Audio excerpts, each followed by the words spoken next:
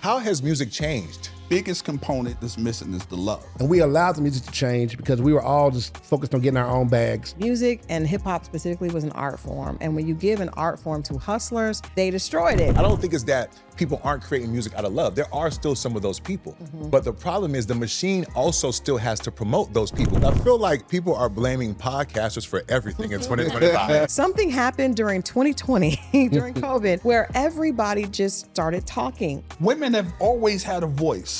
We finally start speaking and having a voice, and it became a problem. They said we, who's the we? Men. I think it's great that the men are talking to each other. The problem is in your conversation pieces, you're tearing down women, in particular, Black women. One of the great things about podcasting is that it's a wild, wild west of information. In other words, the people can vote. They can vote with their ears. There's a lot of issues, but the real issue is, why are you listening to people that you're not fact checking?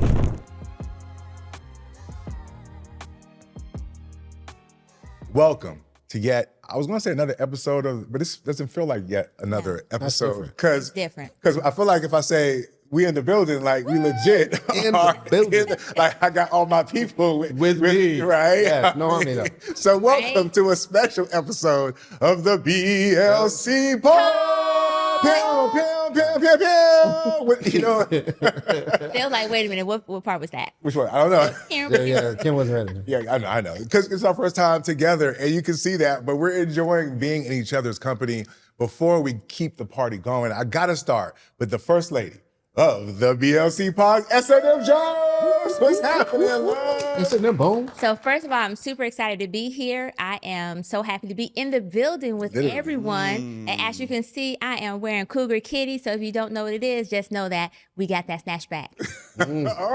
We? Or you mean other people? I don't want to get in trouble. Let me clarify. Other people. Yeah. Other people. But you can get the shirt, though. You can rock the shirt. You can get the shirt. Yeah. I am married. Okay. Be clear. Thank you for clarifying that. And my God, I've known this brother for what, decades now? You can put an S on that? Yeah, My guy, Just Jay in the building. Yeah. What's Yeah, happening? thank y'all. Man, I'm glad to be here. I've been saying we should get in person and do something in person for a while. I know we've all been wanting to do it for a while. I'm just glad the day has finally come. It's going to be amazing. Absolutely. And we here. But that's not all. That is not all. Me and this young lady here, we go way back. The first time I think I was doing anything with a camera, I was talking to this woman right here. And I'm honored that she would be joining me and us on this amazing episode. And it makes sense, right? Crystal Jordan is in the building. Crystal, Nice. what is good? You know, before she said, I know, we were talking and she said, you know what, Nick? If you call me, you already know what it is, and I know that's what it is with you. And here you are, girl. How you been? Good. It's been too long. It has. But talk to us. Talk to the people. I'm just excited to be here. I mean, with you, you know, Nick Nice, you know. You already know. I mean, it's just, I'm super excited. In person I think we're all getting used to being back in person, even though it's 5 years since COVID. It still feels good to actually be doing, like, you know, it's different. Absolutely. Virtual's not the same. Absolutely. So I'm excited. And I brought something with me. Yes, you brought some of your people with I brought you. my people with me because it wouldn't be a party unless I got my partner in the building. I have known Scorpio Mo for over 2 decades. I started as an entertainment publicist, and this was one of my first clients on my own. Once I left the agency, I worked and started my own. I started Enchanted Branding and Public Relations. There was one client, their team trusted me to take and I did my thing. Yeah. I did my thing. So his name at that time was Mo Betta, and he was, you know, lyrical, and we just had great chemistry, did some amazing things in music. And then after music was over, I kept telling him, you need to be in the podcast space. So I brought him on my podcast, Dating Diaries, and my audience. I brought a lot of guys on, but they really, really liked our chemistry. So he stayed on, and then he did what I finally told him to do, because Mo knows more information about music than anyone I know. Like random useless facts. He knows. And so he finally, took that and started his own podcast, the Run That Back podcast. So welcome, Scorpio Mo. In the building. We got to give it I'm up. excited, man. This is a big deal for me. But thank you for having me, man. Thank you for Crystal the invite and everyone here, man. I'm excited, man. We've been, like she said, we've been friends for over 20-something years, and music's always been my thing. And she's been talking to me even before getting on hers. She was like, "You got to do something." I'm dragging my feet. She invited me on to her podcast just as a guest, a one-time thing. Screenshotted me the next day of all the response and comments, and I'm like, "Oh, I think we might have something." Absolutely. Kinda caught the bug from there and started Absolutely. my thing. So I'm happy to be here, man. Yeah, man, we all happy to be here. Give it up for yourselves. It's good to be here. It's good to And be listen, I'm excited, of course, to be here. It's like the past, the present, and the future all in one room. You know what I mean? But let's get into the conversation. And it's funny because we're talking about music, right? And I want to start with Mo because, part of what we want to talk about today is the impact on music, right? In culture, right? So overall, I want to set the table a little bit. Today, we're talking about different topics that relates to the culture overall, Okay. right? Which will include music, right? Pop culture, social media, clout culture, right? And we really kind of want to dive in. And I feel like we are perfectly positioned, both in experience, professionally and personally, to have that conversation. So that's what we're doing today, right? In this very special episode. But it's ironic that we start with you because we ended with you in the introductions. As far as music, how has music changed, right? We grew up in a certain generation and we're hearing the music today, right? How has it changed and the impact that you think music is having on us as a culture? What are your thoughts on that, just broadly speaking? I think the biggest component that's missing is the love.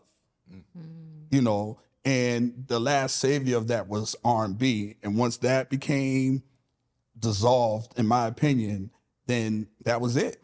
And now, obviously what they say, hip hop is the leading genre of music, right? Which to me killed R&B off. And then we get to that, and then it was like the last part of R&B, even now. And that's why you hear R&B's making a comeback, and it's not making a comeback. What you mean? It's not. I think Thomas, some of these brothers, I mean, what kind of R&B are you talking about specifically? Because I feel like you got like toxic R&B versus like what some people would say the simp R&B. well, mainstream, Right. Not simp R&B. So, I should have known. so I put it to you this way: when maybe sometimes in the '90s we had Urban AC, right? Okay. And then it's like now Urban AC is R&B, opposed to now R&B is hip hop / R&B. It's not totally its own thing. It has to be infused with hip hop for the younger people to accept it. And that's the problem. And then with the content alone, the love was going out of the content. Now it's just like before was I love you. You weren't afraid to beg. The Then simp it- R&B. Now it's like, right, exactly.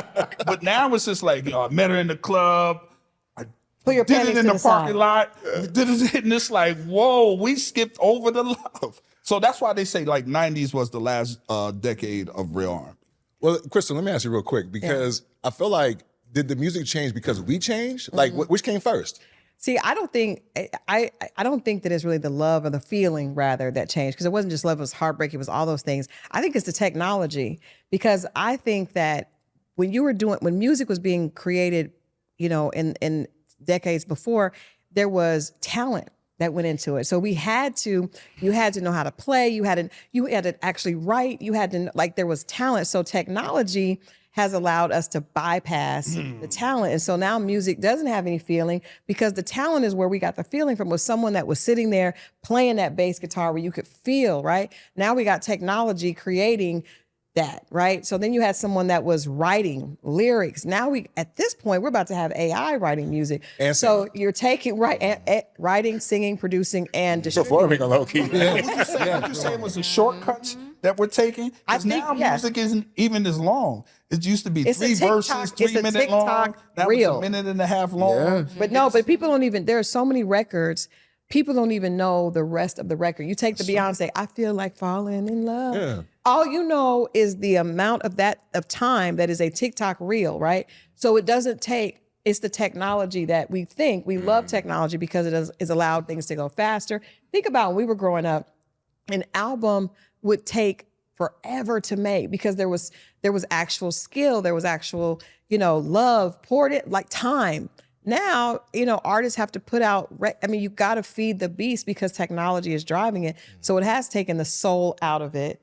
What did they say? Music, video killed the radio star, right? It was a song. That's what they said when MTV first started, right? So now you're saying, which is true, technology killed the television star. I hear you. Think about Candy Girl. Now, I love New Edition. I'm a big New Edition fan, right? Okay. However, you listen to the OJs, right, or the Temptations, My favorite group, by the way. the music, and then you hear not quite the same, but we liked it because we were younger. We swallowed it. So then you flip that into now.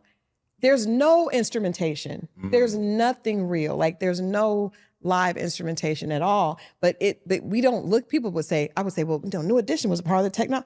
No, never. But it really was. It literally small things, and now it's just technology. Now is moving so quickly. We're not realizing that it's gone. I hear you, right? But the kids there's still heartbreak that happens, right? So a kid who can have heartbreak can use the same technology and the same internet to move forward, right? It doesn't change on whether or not it reaches the public because there's a whole different machine when it comes to music, like the music business, right?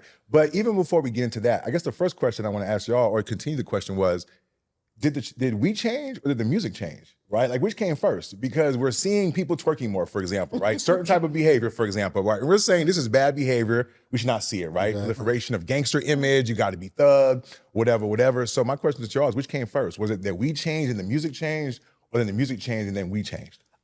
I think the music changed. I think the music changed and we changed because the music went from being an expression of self, an expression of culture, expression of an emotional reality of the human experience, and became this commercialized commercial. You know what I'm saying? Give me two per. Everything became a commercial. True. I think you know what I mean? too. And so instead of the music being generated from the grassroots, from the block, you know what I'm saying, from the bottom up, it began to be fed to us from the top down. And then we were like, even if we were like, we don't like this, when it plays on the radio 11 times, you can hate the song and still find yourself humming it because it's stuck there. It's ingrained, you know what I mean? And then somebody hear you humming it, they go, oh, that's a new hotness. I'm gonna go play that too. So I think that the music changed and we allowed the music to change because we were all just focused on getting our own bags and we didn't feel like we had a responsibility to the collective. And I think once the music changed, it changed us.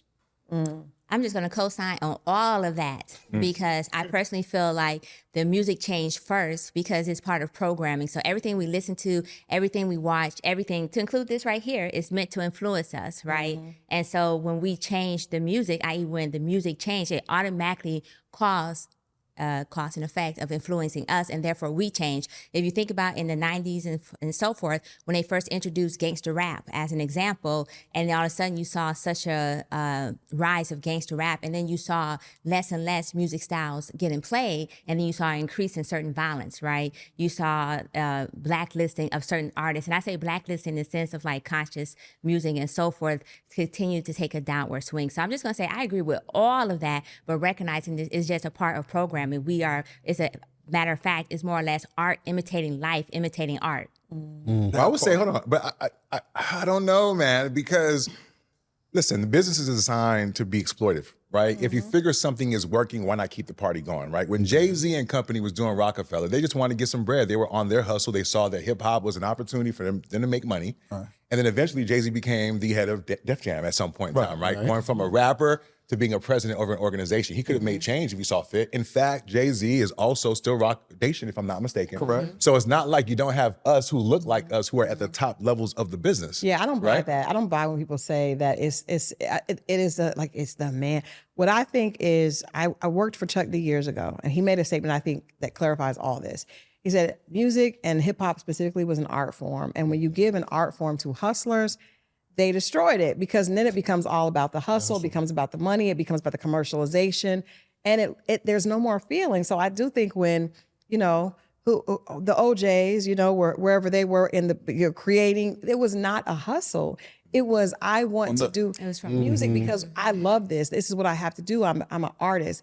Now I think people get into artistry because of the perks. Hold on. I hear you on that, right?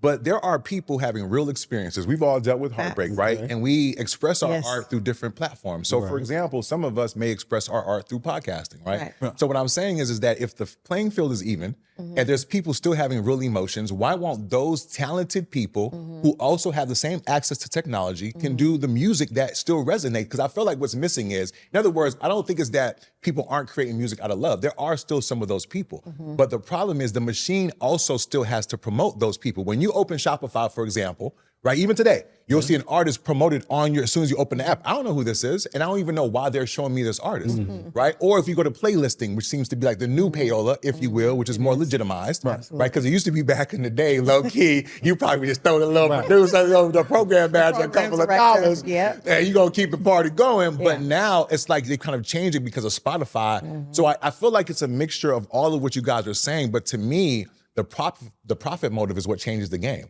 Because they are the corporations. I know you don't believe in a man, but when you talk about who gets spins and who doesn't, who gets promoted, who doesn't. In fact, Drake, one of the biggest artists, after going through the beef, was suing one of the record labels because he said, "Hey, y'all purposefully promoted this other artist at the detriment of me." The same thing and they I'm did the for biggest. him. That's fine, but he's still calling out the fact that they're the ones who pull the strings like that. But that's also the nature of things. So money rules the game. So if by the time they've convinced the public, this is what you want, hear this song, because back in the day you mentioned like when you hear a song over and over again, they learn, we can decide who gets the number one record by telling you. I'm a writer, so I grew up in a generation where we would get a submission, we had to listen to it, and then write and give it however many mics it got. We're not doing that these days. I want 5 mics on this. I'm sending you this money. Make it happen. I want this to be on the front of Shopify. Make it happen. So again, it's taken out. So that is going to squeeze out that person that's really trying to write the song about love, because it's a big commercial, When art machine. meets corporate interests, art always has to compromise. Art always has to lose. And that's the one thing. And then secondly, like you were talking about heartbreak, there's no soundtrack for them for that. You know what I'm saying? It's no set. Now it's simply this money and sex. That's it. And or the things to get money and sex. But there's nothing else. So whether the heartbreak soundtrack, I'm growing up, we had New Edition. I'm Lost in Love. Where's the Lost in Love right now? There is none. Facts. They're pulling panties to the side. But They'll call them people simps. I've heard a lot of people That part. say, like, with all the technology, it's up to us as consumers to find the people who are talking about that. We can't say that music does not exist. Right. Because that music does exist. But we don't really want that. Really, we are part of a influential mass. It's groupthink, right? So you know that the idea of groupthink, when one is doing it, all the other little mice follow. So it's like, this is what you guys should be listening to. But that machine only follows what we say. If people said, we want real music, right? We want October London. We want these artists that are doing that. And I want them at the same level. I'm not going to say anything negative about Christopher Maurice Brown, because we have a lot of respect for him. Not as government name. I had to do PSA there. He is 'Cause we gonna excluded be from this there. conversation. But as opposed to someone else that's doing more commercial music, the masses don't want it. The masses want to move with technology. They want to move forward. They don't want it. They've called, now it's simp music. The Temptations would be simps today. No, I disagree, because again, they're being fed these things. I don't think that people really know what they want. To your point, you said before, they get programmed. Yes. If you play a song on the radio 10 times, I hated the first 3, but the fourth, I'm like, oh, this ain't not bad. Let's be happy. Start So I knowing disagree, the and that's why I'm stories. pushing back a little bit more, because I think people are creating it, but the artists who are creating it are saying, nobody can find us because we're being flooded with all kinds of information all the time. Yes. Right? There's a lot of It takes attention us span. to grow back. Like Snoop grabs October London and he pushes them. It takes that person to grow back and get. But this generation, the youth killed music. But we kept are part of getting that younger and younger and younger. But music has always, Tupac died at what age? Music was always 25 young, years if you're going to old. keep it a No, G, but like to we a certain extent. stayed, but we had that, then we had Tony Braxton. It's no variety. We just stay here. I hear you, but I want to get you guys the last on this conversation because I feel like as older folks, we got to be careful just a little bit because Frank, don't take the older. Like we're talking to you. Some of the kids will call us from the 19s. Have y'all heard that? The 19s. If you were born in 19something, You know what? I did hear that. Listen, so I'm saying for those. So let me rephrase. For those of us born in the 19s, okay, Whoever you are. we got to be careful because some of the young kids will say, whether it's Bryson Tiller or whoever, they are creating R&B that's expressive of real emotions that they're dealing with. So I don't want to disregard that they're having a different experience. And for the unheard artists who are still out there struggling, trying to make it out there, they're saying, man, the system is blocking us because there's gatekeepers. We all know about gatekeepers, right? But before we get out of here, though, in terms of the impact, though, right? Because we talked about the business, but for the average consumer who's hearing this music, right, and being influenced by it, what do you think that influence is and how detrimental it is to the community? It's clear that there's an impact on the community itself just by the fact that we now have this conversation about Sims, just by the fact that we now have everything's about sex. And there's a total disregard for, I'm going to say, the woman in some cases, as in most cases. I believe that it's a total disregard for women in general because now it has become an accepted culture to treat women as bitches, hoes, and so forth, and call them these things if you're looking at the rap. And if you're looking at R&B, we also have so for example, I thought Tank, when he first came out, he was going to be like a mix between millennial and somewhat maybe Generation X, maybe a little bit. And but then when you actually listen to his lyrics are straight up just, I'm gonna say effing because I want us to be cool on YouTube, versus making love. That was a good song. Right, exactly. And so I thought he was gonna bring it back at first, but then I started listening to the lyrics and I was like, I need the clean version. And so I think this is part of the problem. Did you need a clean So version? I don't even know. He's making up stuff now. Apparently, Some people do on podcast too dirty. mics. She's like, I need to On clean her. podcast mics. We don't listen to R. Kelly anymore, lying asses. But go ahead, man. I'll briefly say, I think that one thing we've missed from this conversation, we haven't really brought in, is that the relationship between Black people and music is different than any other people in music. We feel our music. Our music's been part of our storytelling. It's been part of our culture. It's been part of how we hand our history down and all these other things. Even before we got to this country, even in Africa, music was how we did politics. It was how we did social arrangements. It was marriages. Music was at the forefront or the background of everything we did. So it's ingrained in us. So when you start tweaking with our music, you're not just changing how we dance, you're changing how we vibe. You're actually tinkling with the psyche. And I think, not to overthink it, but I think that's the part that's missing. I think we are really connected to vibrations and music in a way that a lot of people aren't. So, well, you can dismiss, it's just music, it's just this, it's entertainment. It's not just that. There's more to it. It can affect you. Yeah, I absolutely. believe so. Yeah, and the thing is, because it's not just music that has an impact on us, right? We listen to music in the shower, while we're making love, while we're driving sometimes. So a lot of ways these subliminal messages or these messages, not so subliminal, are reaching us, right? But I think the other thing that's reaching a lot of people, because I feel like people are blaming podcasters for everything in 2025. I don't know if it's just me. It feels like, you're having relationship problems, it's because of the podcasters. Your man left you girls because of Red Pill, right? So I wanted to talk to y'all because honestly, I feel like we got about several podcasts in the building. Right? And there's a reason why we all started podcasting, right? And I gotta believe that we didn't start it because we wanted to be toxic necessarily, or maybe toxic, right? Or to be a problem. Right. So what are y'all thoughts? We're gonna start with you, Crystal, because you've been in the game for a minute and you've understood like the different ways that messages have been reached. I mean, you've been featured on different shows, and so you understand this whole media game. Yeah. What do you think about podcasting, and has it gotten an unfair rap in terms of all of the issues in the Black community? Let's start from there. Honestly, the crazy thing is I don't disagree with that because I think that what happened is when I first started this, right, I had to there was gatekeeping, right? So I couldn't just put a podcast out. I started with a magazine. The publisher said, I think you have a great voice. Let's put you in this position. Let's have you talk about this. So I talked about being a celebrity publicist, which I knew very well, right? So I had to qualify to do that. Something happened during 2020, during COVID, where everybody just started talking. Like everyone started talking. And so what has happened is you have a lot of people talking from a painful place without boundaries and just and gaining an audience, because what we know, and I know, you and I know this, we did projects together a long time ago, what is going to connect with people, and what connects with people is usually authenticity and rawness, right? Realness. So when you have someone who has never been in a relationship ever in their life, getting a podcast, and they're speaking from a painful place, right? They're speaking from a place of pain, a place of resentment, probably because they don't understand why they haven't been able to be in a relationship. And they start to grow an audience based in that pain and a bit of ignorance, if you will. No disrespect.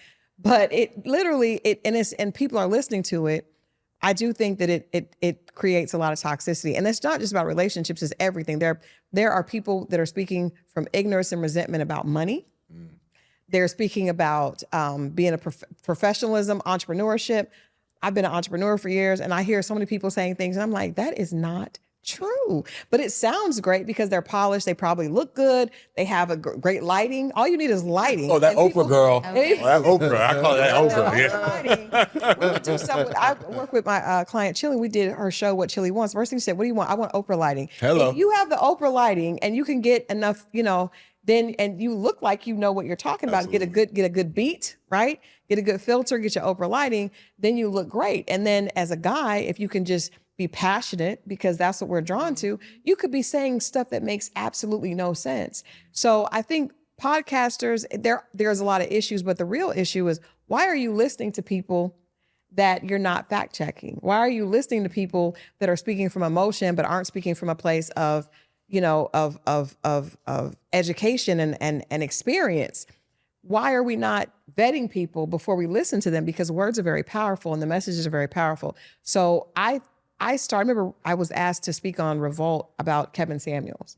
Kevin Samuels is one of those people, God rest his soul. But I think that he found something that worked, but no one ever said, Kevin Samuels is talking about women and how they're failing in relationships. Have we looked at Kevin Samuels' relationships? Oh no, we're not gonna do that. We're not doing that. No. Because if we did that, everybody would get that work, right? Everybody deserves it. I'm with you. I'm with you. Everybody needs that work. But if you're gonna talk, if you're gonna listen faithfully, because I remember watching, one of my good friends called me. He said, "Crystal, you got to watch this guy." He says the funniest thing: women get torn down, and yet they call. And they say, and every single time it says, what do you rate yourself? They give themselves a high number. Yeah. Then he asks how much they weigh. They go to their dress size. He said that in their confidence, with every question, you can tell they become smaller and smaller. Yeah. So why are people doing that? Because all of us have a need for validation.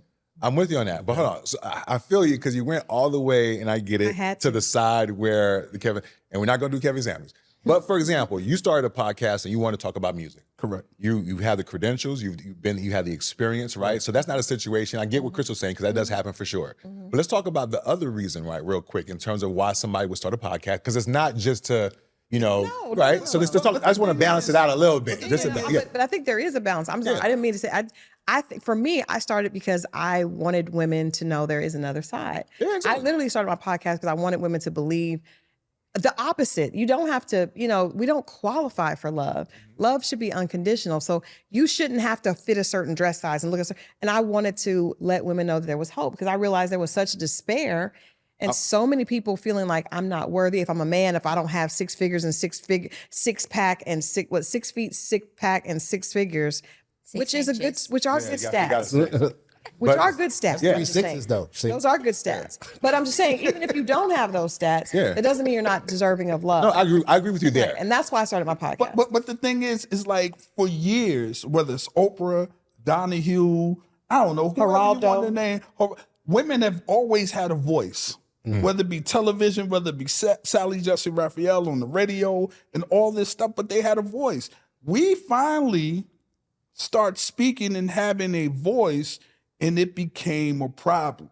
They said we. Who's the we? Men. Okay. Men. Okay. All kinds, husbands, whoever, just men in general. And we come from, especially if you're of a certain age, you come from, men kept it to themselves. Half the men that couldn't voice themselves wound up drinking themselves to death. Development, because they couldn't vent, and they couldn't, who would listen to them? And they only felt like it was them. I only feel it. And then the podcast started happening. It's like, you feel like that too? I'm not alone. So I would tell, right. So I would tell women, listen, man, give us till about the end of 2026. No, man. And with this, don't even interrupt us, because the more you interrupt us, we're gonna start back over again. Right. So just let us vent it all out, and we can maybe get to an even playing field. Shut up and let us talk. Work through our process. Yes, it really ain't got nothing. It has something to do with y'all. Don't. We're really talking amongst each other. Gotcha. Stay out of it. So okay. Now, I appreciate that. 'cause- I support that. Go ahead. Okay, so I support that the men are talking to each other. I think it's great that the men are talking to each other. Yes. It's about time that you can lean on each other. The problem is in your conversation pieces, you're tearing down women, in particular, Black women in our community. And that's where the problem is. Now, you guys, I already know where you're about to jump on this. Okay. But one reason why I wanted to start a podcast and so forth was because I wrote a book, Black Women Need Love Too. It's a book about relationships, self-love, and community. And it's all about unpacking the harmful narratives against Black women and Black men, but with a focus on Black women, right? And so part of the reason why I wrote the book and the podcast is all a continuation was because there's so much hate towards Black women and for Black women. And so it was like, well, how do we get to this point where we are experiencing this, right? So I understand the need to talk, but it was like, is some of this internalized? Because we've actually internalized some of these harmful narratives to our detriment. And that's why when we see each other, we have problems communicating with each other. Why do you think it's hate? Well, so That's how they feel about accountability. Yeah, why Hold on. Because I feel like Jay want to follow. Because I was going to try to let Jay get up in there. I did want to jump into that. But It wasn't just with the accountability thing. I've been sitting on that for a while, though. Yeah. But Hold on. You done? You done? okay, so I want to answer his question in regards to hate. And so sometimes the reason why I'm saying hate is because sometimes it came disguised as, like, for example, with Kevin Samuels. And as much as I know you said no Kevin Samuels slander, so this is not because these women subject themselves to this, but it was the way he tore them down, right? And it was like, okay, you can tear down and she can still be held accountable for having this conversation with you because she chose it, but it's the manner in which you did so, which was through her, the entertainment, right? And I understand it was a podcast and he was getting views and values and so forth. And more importantly, she chose that. But it was also the amount of hate in regards to Black women hair. All of a sudden now we got a problem with Black women wearing weaves, wigs, and so forth. And it became a whole thing about Here's the difference. it became a whole thing about Black women hair versus recognizing the historical context that came with Black women hair and why we wear our hair that way. And not only that, why we still need something like the Crown Act in 2020 something to have the ability to wear our natural hair in the workplace. So it was like a clear lack of understanding, but at the same time, so it came off as hate. Now the conversations that y'all have pertaining to Black women or women in general are being shitty ass people. Let's call them out for being shitty ass people. Yeah. Now, this I support because you can't call women out for being shitty. There's nothing wrong for saying, hey, you have bad character, you have unrealistic expectations. There's nothing wrong with that. I'm not calling that hate. I'm calling the other stuff where we're exaggerating stereotypes. We're pushing harmful narratives that's not true in some extent or without context. I like that. I I agree with got to push back. dig that. I got to push back, and then just because, where do you draw the line?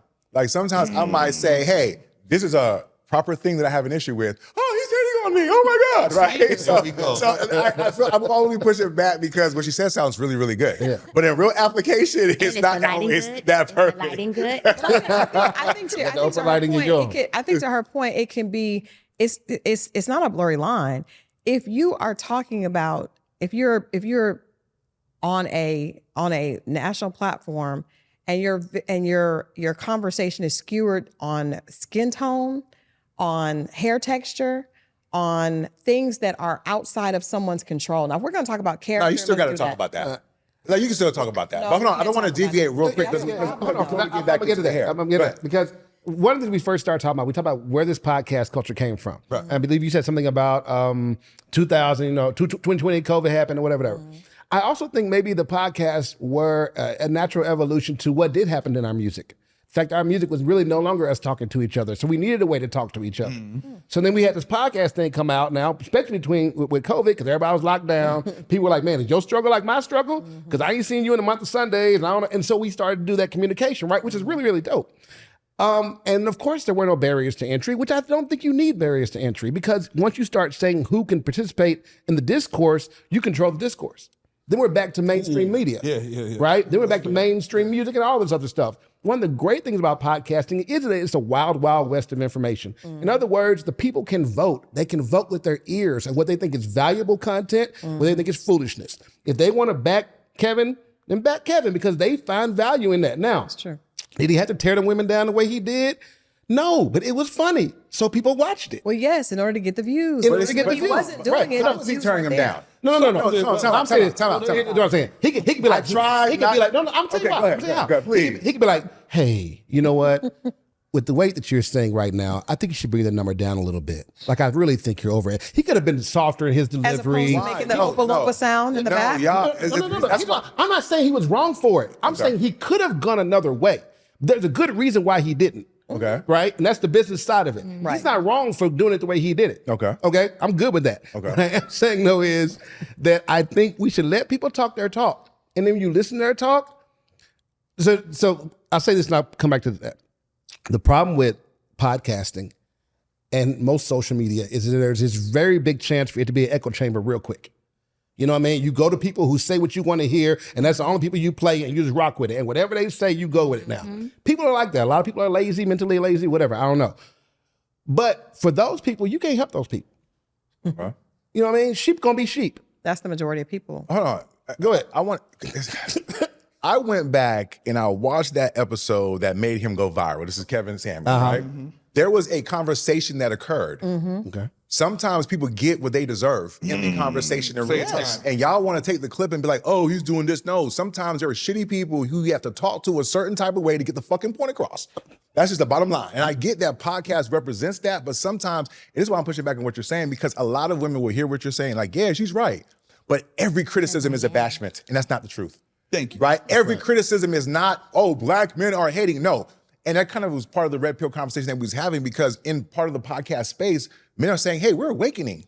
We're realizing, and the reason why, and let's be clear, because early in the show, I grew up on R&B, right? Hey, girl, I'm gonna love you. I'm gonna be everything to you. I'm gonna put you on a pedestal.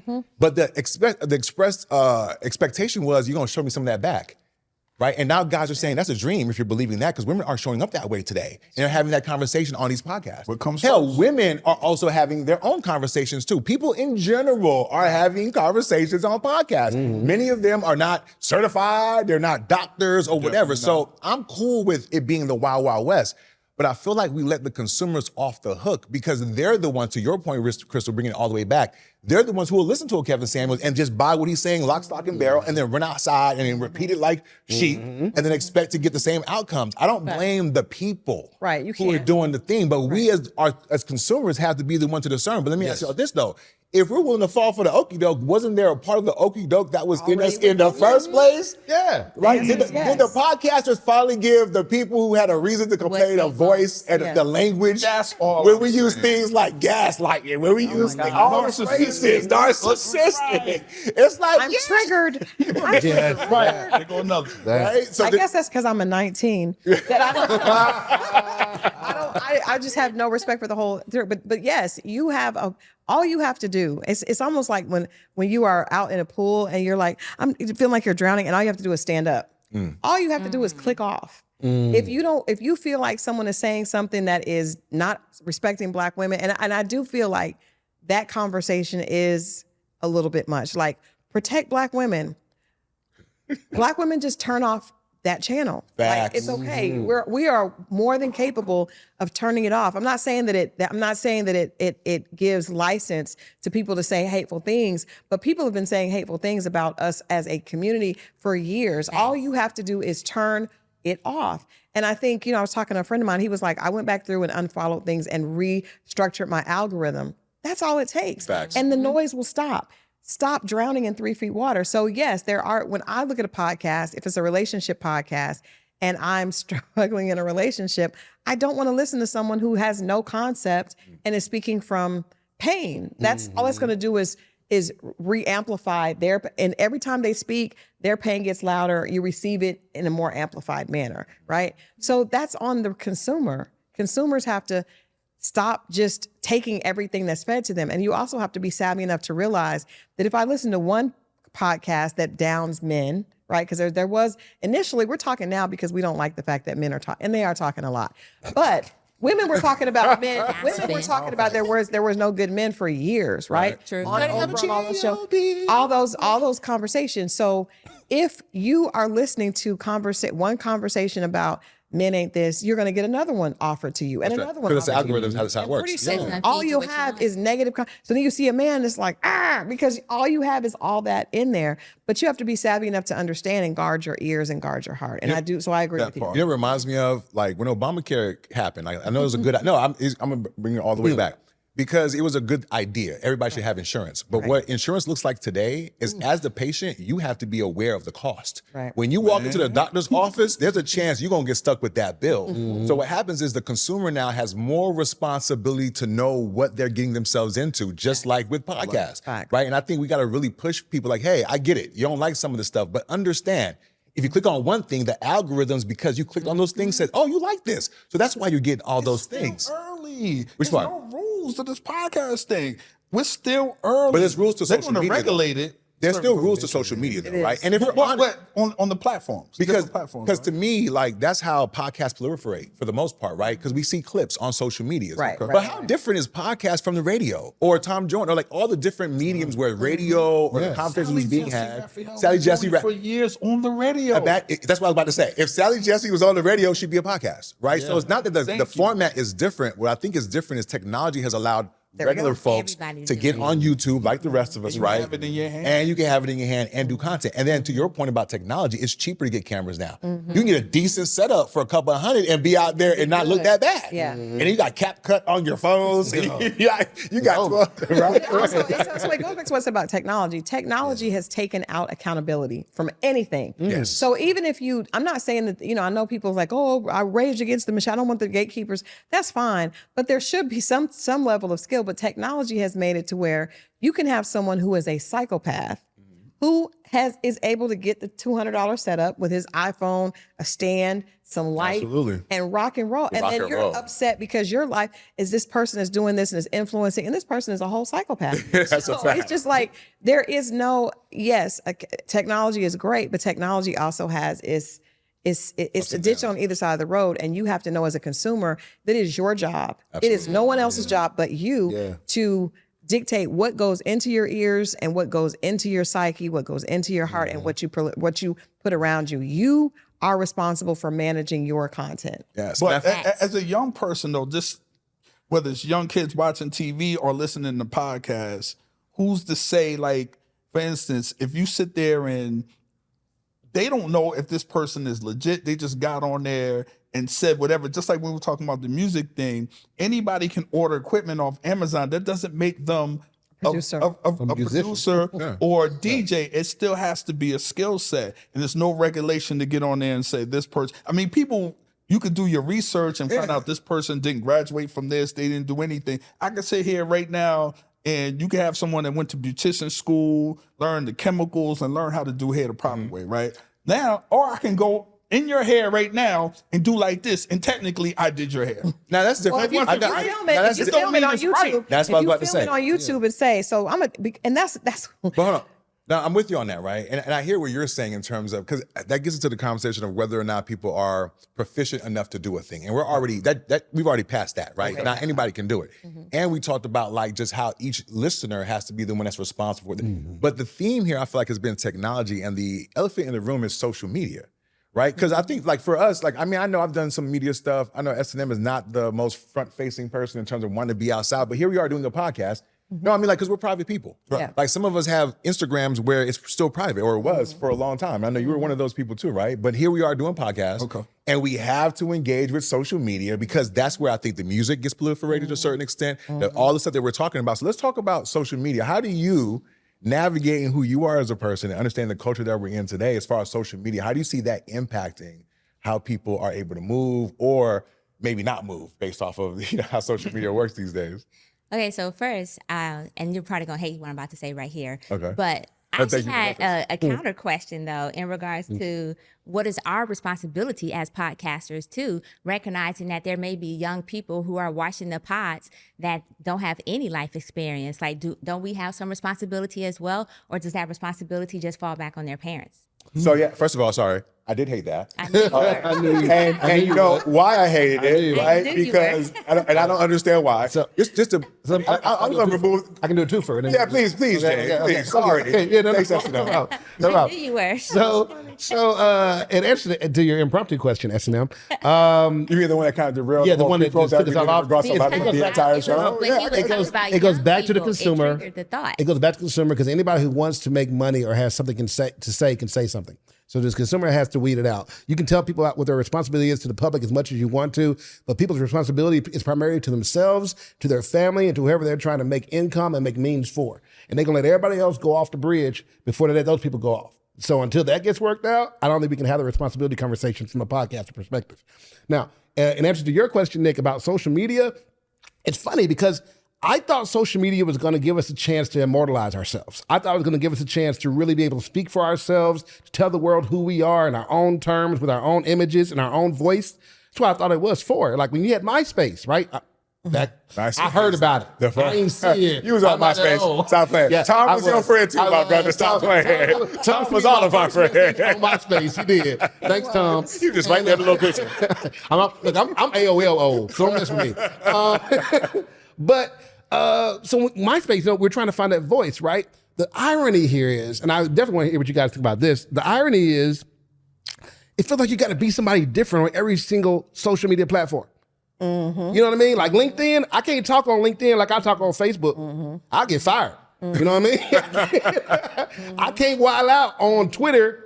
No, I can't wild out, on TikTok Snapchat. like I do on X. Yeah. You know what I mean? Yeah. Or Snapchat, right? You know? And so it's funny how we have all these ways, these new ways to express ourselves, but I don't think we're still being genuine.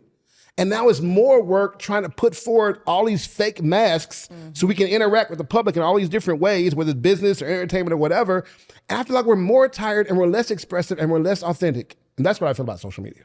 Ooh, I love that. I love that. And I agree with you 100%. I don't think I've heard it articulated like that. I think the reason I think it's happening like that is because it is social media is geared towards the youngest part of youth, right? And so what we're doing, because I remember being on Facebook and that felt comfortable, right? And then, and X at the time, which was Twitter, actually MySpace and Black Planet.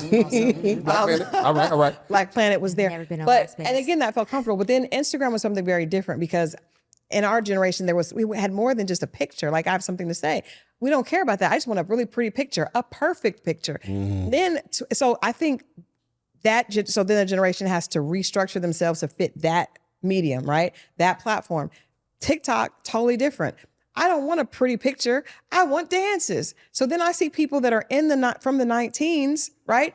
Making up dance routines. And it's like, this is not comfortable. But you have to fit into that thing. And I think my problem with it is I think society is moving to where we've always celebrated youth and beauty, right? But now we're doing it at an exaggerated place to where there's no room for anything. And I'm not talking about youth as far as being in their 20s. I'm talking about this is what 13-year-olds do. That now 50 and 60-year-olds, my daughter showed me, there was a Korean TikTok grandma. And she was like, Mom, I think you can do this. And I was like, I don't think I can.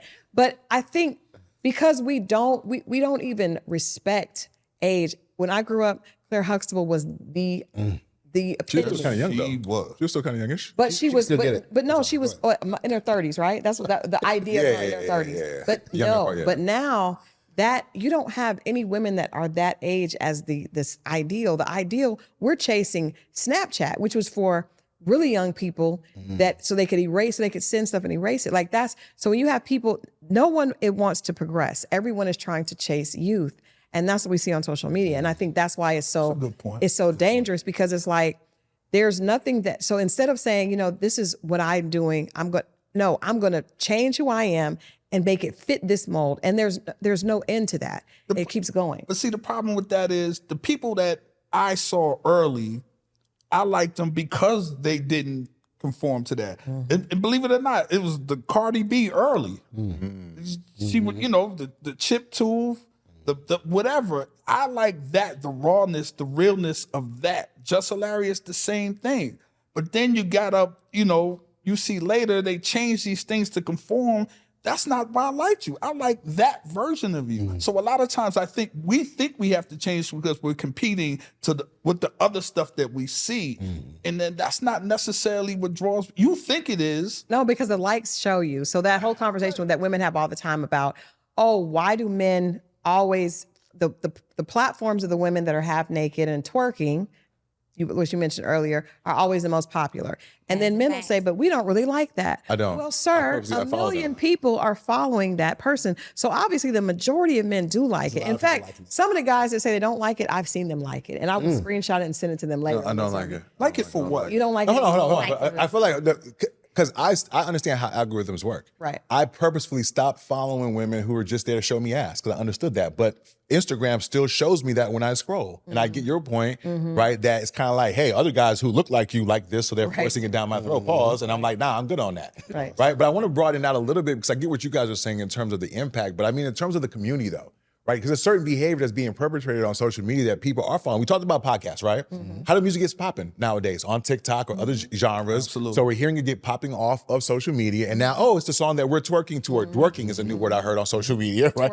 Dworking. Dworking. Yeah, it's the guy's version of Dworking. twerking. Yeah, I didn't know. Yeah, I heard about it. It is news not- to me. That's a real thing. I Is haven't. that something Yes. that I is haven't practiced heterosexual yet. male approved? Do you think We male haven't had a strippers meeting. are- Never mind. That's another conversation. but that's another conversation. We're not gonna land here.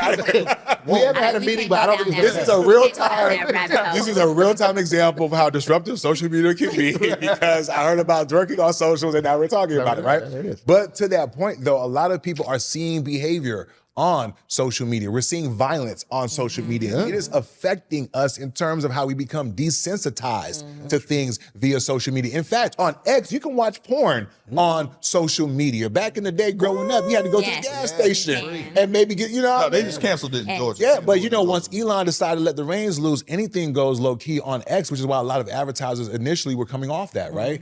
But to the point is, we know it's exploitive because these companies are making billions of dollars on us. But what's messed up is it's exploiting our carnal nature. It is. To a certain extent, right? So can we talk more about that? Because I feel like overall we wanted to kind of focus on the things that affect our community. And we're talking about some of the things that causes some of these things. But what's the impact on us?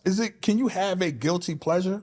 Oh, yeah, of course. Is That's why Reality it's called TV guilty was pleasure. my I say this. The I'm reason pretty why I sure say that's this, what it's called, guilty I pleasure. noticed I started to like something that I didn't think I like, and this is bad. Was so it don't working? judge me. Don't judge- No, Not dorky.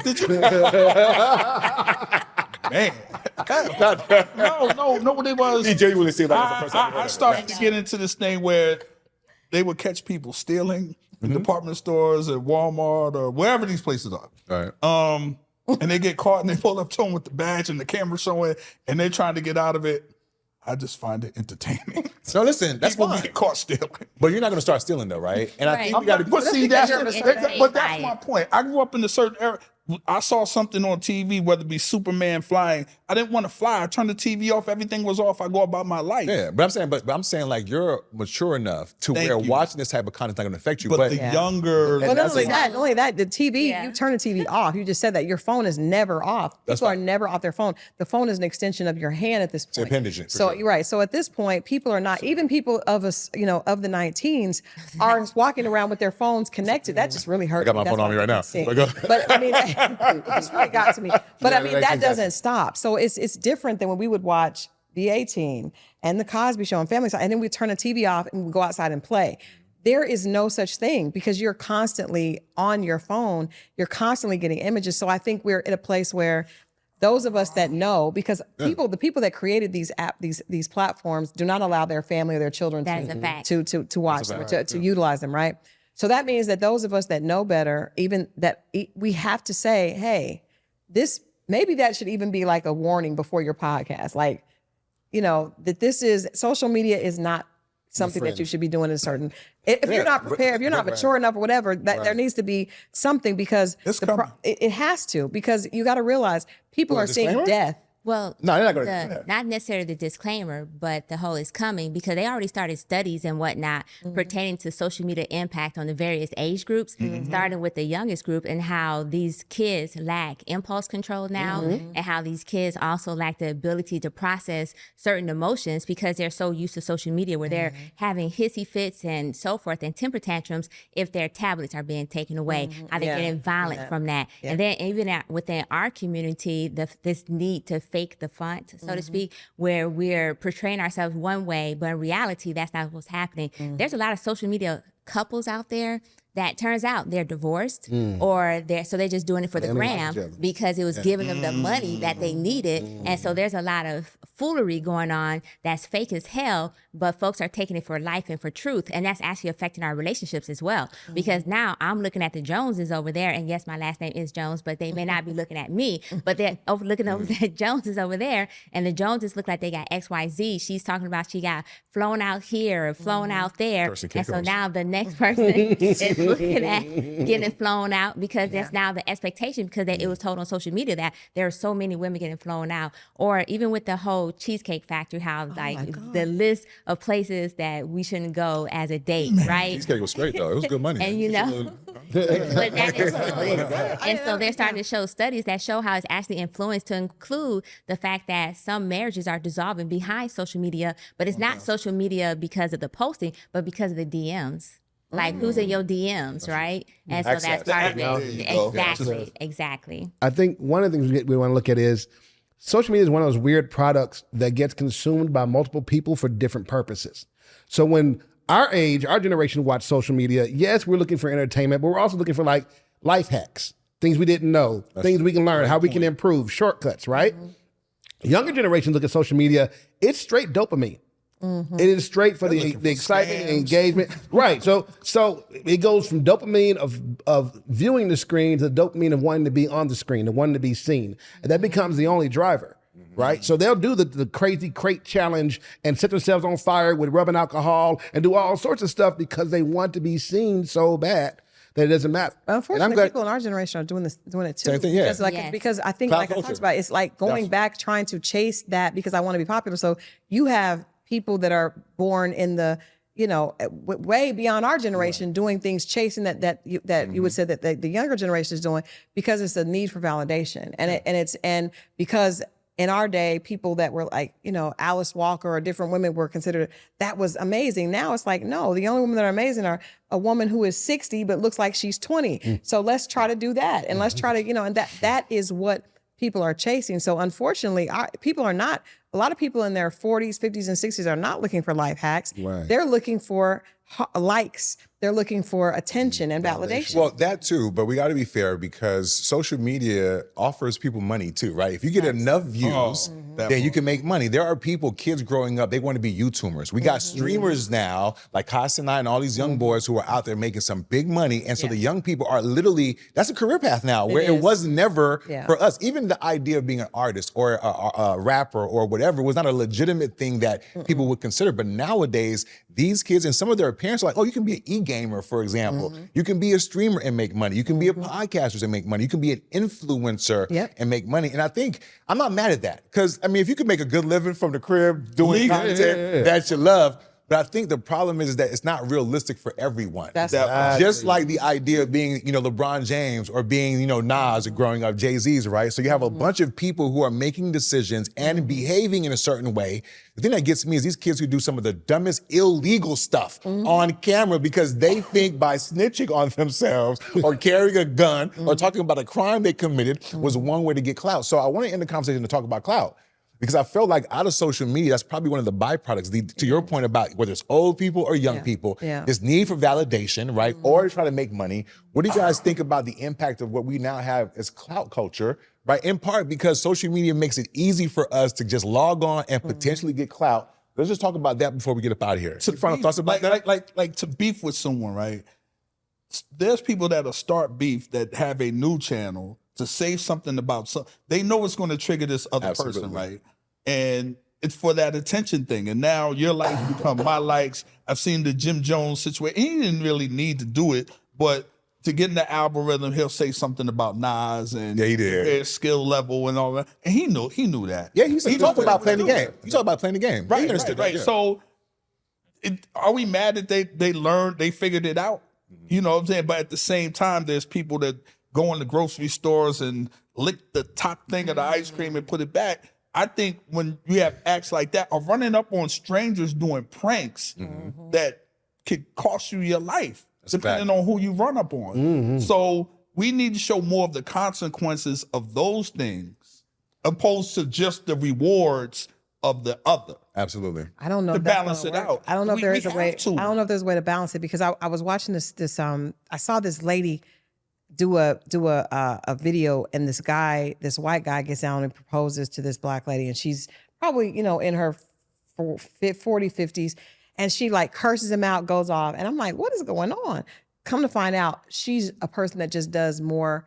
She tries to do things that are crazy because the bar is so high. You gotta keep going. You got to keep doing crazier and keep doing- crazier stuff. And she said that she went viral one time, and now she's chasing that every time.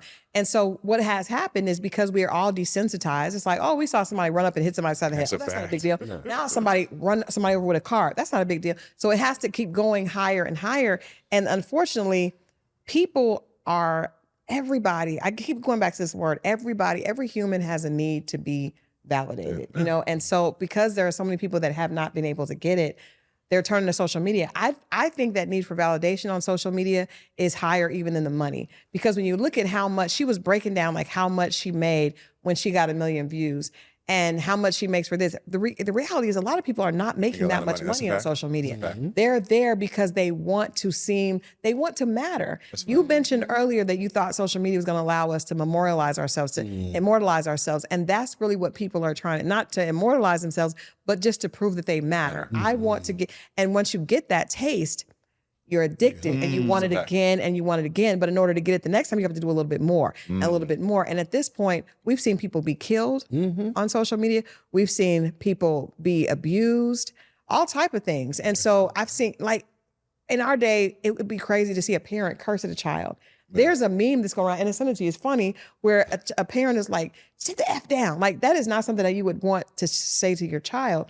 But because we're so desensitized, and we need to do whatever's going to get us to that next level of attention, we're in a dangerous place. But it all goes back to the basic human need for, I matter. I need to be validated. No, listen, that's a great. I want to kind of, because we got to wrap it up. This has been a great episode so far. We got a lot of work to do today. I thought that was a great way to land, but I also want to get y'all final thoughts in regards to like the clout culture and social media and the impact that it has before we get up out of here. So I actually agree with you in regards to the desensitization, because like my first thought was World Star. You guys remember World Star? Okay. And so now it's gotten to the point where we see something, instead of helping or offer assistance, we just pull up our phone because we're hoping to go global. We're hoping to go viral. And so we just pull out our phone. And I think that's part of the culture that's to our detriment, because we lack care. We lack empathy. We lack concern now. And so we can say, oh, that's somebody else's problem, or, oh, I wouldn't want to be that person. And for sure, I don't want to be the person getting my ass beat on camera. But the point is like, well, maybe I can assist, or maybe I can call the police, or maybe I can do something to intervene because this isn't right. And we've lost that ability to have that type of concern and empathy. I also think that when it comes to clout chasing, there's actually some clout chasing that I consider good clout chasing. And I say this because D1, as an example, he was told that he's clout chasing because he was going after Rick Ross, who I enjoyed when he went after him. Jim Jones, and all of them really got all on him, saying you're just clout chasing. But he had a message, and his message was pertaining to rap and how the rap culture has become a culture of destruction and a culture of violence and so forth. And let's speak life into our community. So in his case, I support the clout chasing because he needs to create that so-called beef, even though he said he wasn't creating beef, but he was creating beef. And so to go ahead and get to where he needed to go and get visibility that he needed. So I'm all for clout for certain purposes, especially if it's going to benefit the community. But at the same time, recognizing that social media and that viral moment has truly desensitized us. It has truly made us a uncaring, almost, I just want to say, human race at this point, because we just don't have the care and concern for others when we look at social media. Jay? Yeah, I think I would take just a slightly different lens and say I think we should look at our valuation of what is happening here. I think that, we look at it just on the surface, people are trying to be monetized, because if you get enough views, they start paying you money. You can get income or whatever. You can be seen. You get the validation, right? And in order for them to get monetized, companies want your eyes on the screen. You have to give up a certain amount of your life to whoever is on the screen doing whatever they're doing, right? You are giving your lifetime to this person's clout. So whatever you spend giving your life to, these seconds you'll never get back, make sure it's worth it. That's all I got to say. Absolutely. Listen, this has been a great conversation, right? Because we talked about the impact of music, right? The impact of podcasts, which we're on right now. We talked about, social media and a different emphasis for clout. I'll just say to that clout conversation, I don't know if it's still such a good thing as clout chasing, right? I think you have to be curious. I just don't, because I feel like inherent in the idea of clout chasing is you're willing to do whatever. And I feel like there should be a method to your madness. And maybe there wasn't his case, but at the same time, if you're not being consistent, if you're not right, if it's not something that you've done before, I think it hurts your message because people may not take you as seriously. Oh, you're just clout chasing. So I you get can't that. control other people's response to Yeah, absolutely. So then you can't control the narrative, right? Because if you had a message. So I do think there may be, it's a strategy. It's like anything else, right? It's a tool, just like anything else. Music nowadays seems to be a tool. Social media seems to be a tool, and podcast seems to be a tool. And I think for all of us here, we can say, at least on the podcast tip, it's a tool that we want to use for good, right? Because nobody here was trying to do any harm, right? This podcast did not harm anyone in the filming and taping of the podcast, right? But before we get out of here, where can people find y'all? Because I'm about to check out some more. I checked you out, a couple of the little debate conversations I saw you and your man's having, right, about the rap joint. So tell where people can find you guys and chop it up. Yeah, so, and we're going to have you on Wednesday. I'm super excited. So turn down for what? You can find the two of us on Wednesdays at 8 o'clock and Fridays at 10 o'clock on my YouTube channel, which is From Crystal XO. And then I have relationship conversations. I do a lot of reality recaps as well. And just on Instagram at From the Real Crystal Jordan, which is spelled like Christ and then A-L. Not like Christ. Christ. That's what my mother told me to say. But yeah, the two of us, dating diaries and relationship recap. And then, like I said, I do a show called Grace and Gossip, where I talk a little bit of, we talk a little bit of tea, but, we do it with grace and, Absolutely. Right, like she said, the relationship recap on Fridays, 10 p.m., the dating diaries, 8 p.m. Eastern. And then I do every Tuesday. Albums used to drop on Tuesday. They used to, yeah. So that's when we drop the Run That Back podcast. And we review R&B and hip hop albums from the 80s, 90s, up until 2010, pardon me. So, and just have conversations about them, see how well they held up, and just have that. Because they didn't have the internet. Absolutely. So we just wanted to come back and touch on those albums. Absolutely. And where can people find you, Jay? You can find me on LS Confessions. We air it weekly on Sundays. You can also find me, of course, on the BLC pod. Better listen close, y'all. And we're going to be there all the time, y'all. We also record weekly, but I'll let them tell you the rest of that. But like, subscribe, follow. All that good stuff. All that good stuff. Get the merch that you can purchase. All that good stuff. Yes. That's where can they find you? Cougar Kitty on sale. The shirt. Well, Cougar Kitty, the shirt is on sale. The shirt. Only the shirt. Although for some NBA players, apparently it's also on sale, but not per mois. Not yours, though. Not per mois. Oh, okay. Glad you cleared that up. DeAndre. We got the Go ahead, girl. Go ahead. Clear that up. So with that being said, once again, author of Black Women Need Love 2, a book about relationships, self-love, and community. Please feel free to check it out on any major platforms as well as in your store. So Amazon, Barnes & Nobles, and so forth. Check it out also on the BLC pod. That's right. That's right. And so we do drop weekly. We normally drop on Saturdays at about 10 a.m.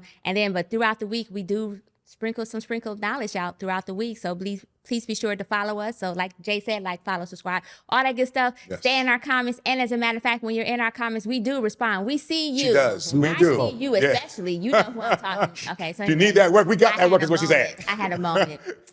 Well, listen, as everybody said, check out everybody. This has been an amazing conversation. I am Nick Nice. That's right. All my socials, I am Nick Nice, a.k.a. Big Nick Energy. Figure it out. But on behalf of JSNM, Scorpio with Crystal Jordan, thank y'all for joining us. We'll see y'all next time. Until then, be easy. Gotcha. Deuces.